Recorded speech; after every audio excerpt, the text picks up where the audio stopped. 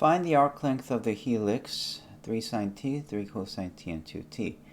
This one, well, if you say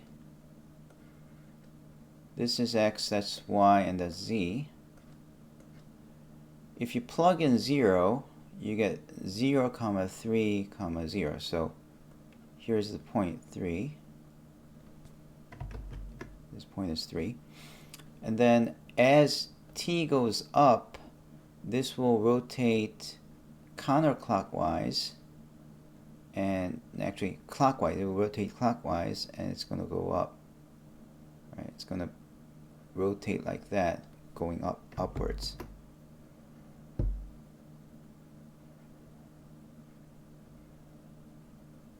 Like that, as it goes up. All right, and the question right now is, what's the length of this one full turn? If you stop here, right above this point, what's the length of this one full turn? How do we solve that? We solve it by using the property that the velocity is the derivative of the position. So imagine that there's a particle moving on this helix, and the position of that particle at time t is given by this formula. So it's a particle that's traveling over this helix, and its velocity will be calculated by differentiating it, right? Moreover, since velocity has both the information of the magnitude and speed, you can turn that into speed. That's just the magnitude portion of the velocity, right? And then you use the fact that distance traveled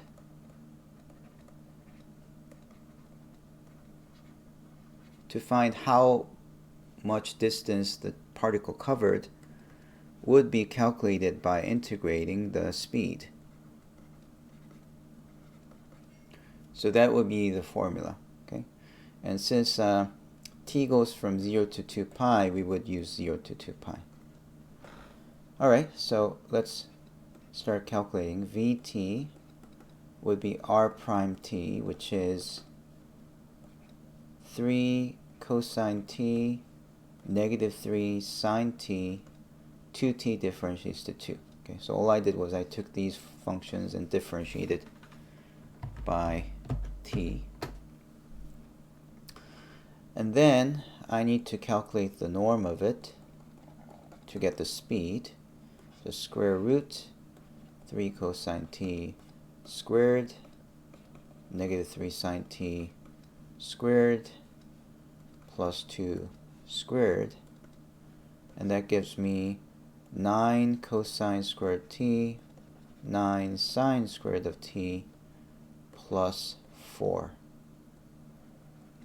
Then we use the fact that cosine squared plus sine squared is 1. So if you factor the 9 out, you get 9 times cosine squared plus sine squared, which is just 1. So I just get a 9 from adding these two using this. Oh, sorry, why did I put 0? 1. So I get 9, and then you still have 4, so that's square root of 13. Okay, and now the distance traveled, or the length, arc length L, would be integral from 0 to 2 pi of this speed. And it really makes sense. I mean, if you have high speed, then it will cover more distance, right? If you have a very slow speed, it's going to cover less distance. So that's why this formula makes sense.